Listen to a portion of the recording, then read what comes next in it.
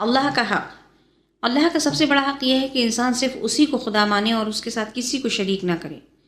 یہ حق لا الہ الا اللہ پر ایمان لانے سے ادا ہوتا ہے، جیسا کہ ہم پہلے آپ کو بتا چکے ہیں۔ اللہ کا دوسرا حق یہ ہے کہ جو ہدایت اس کی طرف سے آئے اس کو سچے دل سے تسلیم کیا جائے، اور یہ حق محمد رسول اللہ پر ایمان لانے سے ادا ہوتا ہے۔ اس کی تفصیل بھی ہم آپ کو بتا چکے ہیں۔ اللہ کا تیسرا حق یہ ہے کہ اس کی فرما برداری کی جائے۔ یہ حق اس قانون کی پیروی سے ادا ہوگا جو خدا کی کتاب اور رسول صلی اللہ علیہ وسلم کی سنت میں بیان ہوا ہے۔ اس کی طرف بھی ہم اشارہ کر چکے ہیں۔ اللہ کا چوتھا حق یہ ہے کہ اس کی عبادت کی جائے۔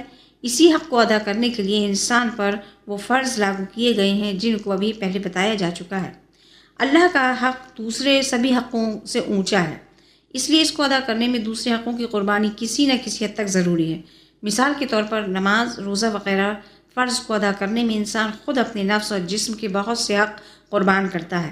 نماز کے لیے انسان سویرے اٹھتا ہے، ٹھنڈے پانی سے وضو کرتا ہے، دن اور رات میں کئی بار اپنے ضروری کام اور اپنی منچاہی تفریحوں کو چھوڑتا ہے، رمضان میں مہینے بھر بھوک پیاس اور خواہشوں کو روکنے کی تکلیف اٹھاتا ہے، زکوٰۃ ادا کرنے میں اپنے مال کی محبت کو خدا کی محبت پر قربان کرتا ہے، حج میں سفر کی تکلیف اور مال کی قربانی گوارا کرتا ہے، جہاد میں خود اپنی جان اور مال قربان کر دیتا ہے۔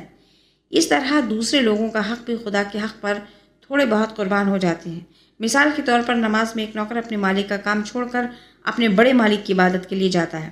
حج میں ایک شخص اپنے کاروبار کو چھوڑ کر مکہ شریف کا سفر کرتا ہے، جس کا اثر بہت سے لوگوں کے حقوں پر پڑتا ہے۔ جہاد میں انسان صرف اللہ کے لیے جان دیتا ہے اور جان دیتا ہے۔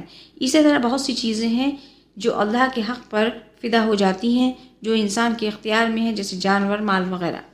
لیکن اللہ تعالیٰ نے اپنے حق کے لیے ایسی حدیں طے کر دی ہیں کہ اس کے حق کو ادا کرنے میں دوسرے حقوں کی جتنی قربانی ضروری ہے اس سے زیادہ نہ کی جائے۔ مثال کے طور پر نماز کو لیجیے۔ اللہ نے جو نمازیں یہاں پر فرض کر دی ہیں ان کو ادا کرنے میں ہر طرح کی سہولت رکھی گئی ہے۔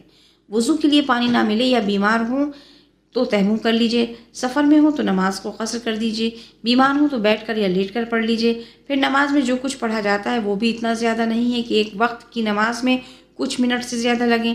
سکون کے وقت انسان چاہے تو پوری طرح نماز پڑھ سکتا ہے، مگر کاروبار کے وقت میں لمبی نماز پڑھنے سے روک دیا گیا ہے۔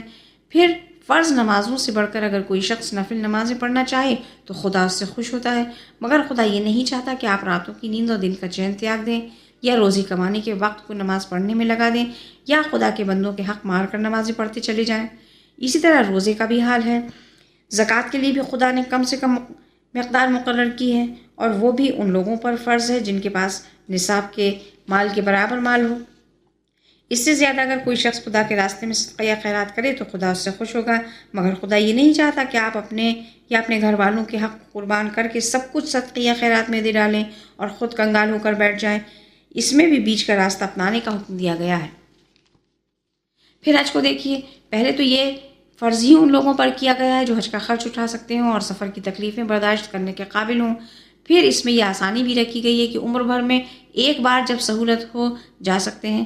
اگر راستے میں لڑائی ہو رہی ہو، بدامنی ہو جس سے جان کا خطرہ ہو، تو حج کا ارادہ ٹال سکتے ہیں۔ اس کے ساتھ ہی ماں باپ کی اجازت بھی ضروری ہے تاکہ بوڑھے ماں باپ کو آپ کے نہ رہنے پر تکلیف نہ ہو۔